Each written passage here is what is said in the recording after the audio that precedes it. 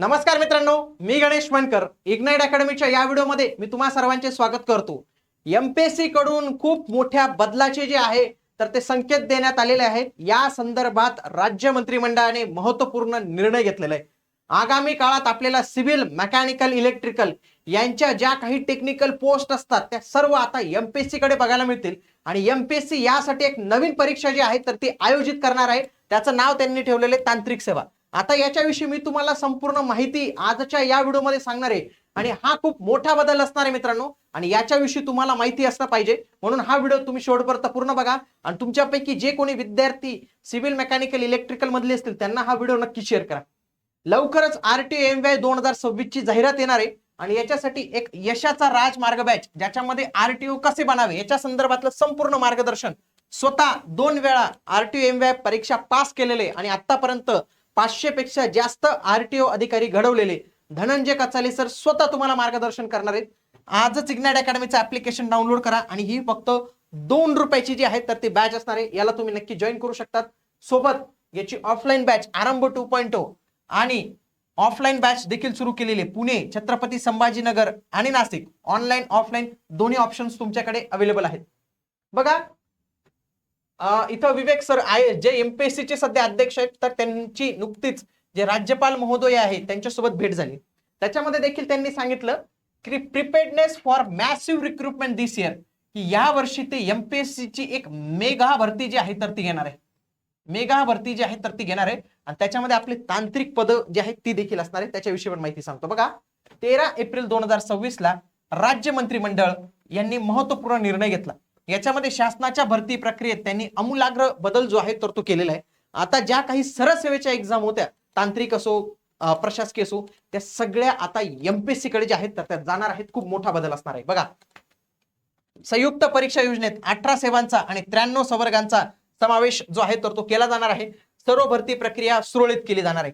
सरळ सेवा भरतीसाठी 1400हून अधिक सेवा प्रवेश नियम अस्तित्वात असून विविध विभागांकडून स्वतंत्रपणे परीक्षा घेतल्या जात होत्या. मात्र त्यात सुधारणा करून परीक्षांची संख्या कमी करण्याचा निर्णय सरकारने घेतलेला आहे. उमेदवारांसाठी भरतीच्या संधी म्हणजेच पदांची संख्या इथं वाढणार आहे.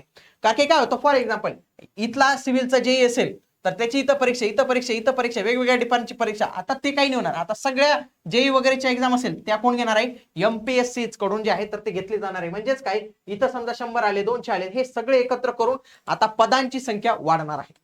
ओके, पुढे सेवा प्रवेश नियम मध्ये बदल होणार आहे. सेवा अंतर्गत पदोन्नती सारखी बघा 274 सेवा प्रवेश नियमांमध्ये बदल केले जाणार आहे. शैक्षणिक पात्रता, अनुभव, कौशल्य, प्राधान्य निकष यांचे सुसूत्रीकरण केले जाणार आहे. त्याच्यानंतर अनुभवाची अटी केले जाणार आहे आणि सरळ सेवासाठी कोणत्याही अनुभवाची अट असणार आहे. बघा काही ठिकाणी डिप्लोमा इलिजिबल आहे, डिग्री इलिजिबल नाही. काही ठिकाणी अनुभव लागतो 2 वर्षाचा 5 वर्षाचा, काही ठिकाणी लागत नाही. मग सरळ सेवा भरतीसाठी कुठल्याही पद्धतीचा अनुभव लागणार नाही असं त्यांनी इथं स्पष्ट जे आहे तर तो उल्लेख इथं केलेला आहे. पुढे महाराष्ट्र नागरी सेवा ज्यात आपली एमईएच ची परीक्षा पण होते बरं का. एमईएच ची परीक्षा महाराष्ट्र राज्य सेवा अंतर्गतच होते ना. राजपत्रित गट आणि गट ब परीक्षा पद्धतीचा विस्तार सध्या महाराष्ट्र लोकसेवा आयोगामार्फत महाराष्ट्र नागरी सेवा राजपत्रित गट ब परीक्षा योजनेत 6 सेवांमधील एकूण 57 संवर्गांमध्ये पदभरती केली जाते. आता याच्यात 45 संवर्गांचा नवीन समावेश करून आता बघा त्यांचं काय म्हणणं आहे, तुमची ही जी तुम्ही राजपत्रित गट ग्रुप बी ची ग्रुप ए आणि ग्रुप बी ची जी जाहिरात होते त्याच्यामध्ये 57 संवर्ग आहेत. त्यांची संख्या आम्ही वाढवून 102 करतोय. म्हणजे इथं आपली एमईएच चे देखील काही पदांचा समावेश असणार आहे. म्हणजे आपले तांत्रिकचे ग्रुप ए ग्रुप बी ची गॅजेटेड पोस्टची ती पण संख्या वाढणार आहे. कळालं तुम्हाला, तो एक महत्वपूर्ण बदल आहे. सोबत त्यांनी काय सांगितलेले, नवीन सेवा संयुक्त परीक्षेचे आयोजन सुसूत्रीकरण होणार आहे. नवीन संयुक्त सेवा परीक्षा जी आहे तर ती तयार केली जाणार आहे. महाराष्ट्र लोकसेवा आयोगामार्फत भरती केली जाणाऱ्या सध्याच्या सेवांव्यतिरिक्त आणखी 18 नवीन सेवा निर्माण करण्यास मान्यता. या 18 नवीन सेवांमध्ये विविध प्रशासकीय विभागातील 93 संवर्गांचा समावेश. गट ब अराजपत्रित आणि गट क संवर्गांचे प्रशासकीय व तांत्रिक गटात वर्गीकरण केले जाणार आहे. आता बघा आपल्याकडे 2 पद्धतीच्या एक्झाम होतात, लक्षात घ्या. एक ग्रुप बी ची एक्झाम होते जी नॉन गॅजेटेड आहे आणि एक ग्रुप सी ची एक्झाम होते ती पण नॉन गॅजेटेड आहे. आणि जी आपली ग्रुप ए आणि ग्रुप बी जी गॅजेटेडची एक्झाम आहे ते तर तुम्हाला माहितीच आहे, एमईएस वगैरे होता. याच्यामध्ये त्यांनी काय म्हटलंय, हे आम्ही एकत्र करून टाकू. आणि याच्यामध्ये जे काही नॉन टेक्निकलची पदं असतील त्यांना नाव देणार आहोत प्रशासकीय पदं, आणि यांच्यामधील जी काही टेक्निकलची पदं आहेत त्यांना आम्ही देणार आहोत टेक्निकल सर्व्हिसेस. याच्यामध्ये भविष्यात सिव्हिल, मेकॅनिकल, इलेक्ट्रिकल, जे जे काही बाकी टेक्निकल पोस्ट असतील त्या सगळ्यांचा समावेश याच्यात केला जाणार. प्रशासकीय स्वरूपाचे कामकाज असलेल्या 269 प्रशासकीय संवर्गांचे 18 गट, 221 तांत्रिक संवर्गांचे 30 गट, म्हणजे याच्यात 221 जे तांत्रिक गट आहेत, तांत्रिक सेवा आहेत, त्यांचे 30 संवर्ग करण्यात येतील. 30 संवर्ग करण्यात येतील. 30 गट म्हणजे खूप महत्वपूर्ण बदल बघा. तांत्रिक याच्यामध्ये बघा 221 तांत्रिक संवर्गांचे 30 गटात रूपांतर जे आहे तर ते केलं जाणार आहे.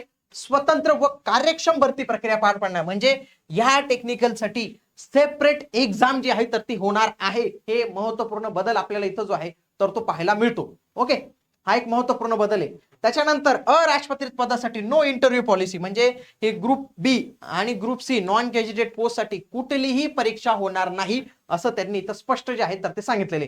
तर अशा पद्धतीने बदल जे आहेत तर ते पाहायला मिळतात. आगामी काळात तांत्रिक संदर्भात काहीही बदल झाला तो तुम्हाला आपल्या या चॅनलवर सर्वप्रथम विश्वसनीय, सरळ, सोप्या, साध्या भाषेत पाहायला मिळणार आहे. म्हणून तुम्ही आपलं हे चॅनल जे आहे तर ते आजच जॉईन करून ठेवा.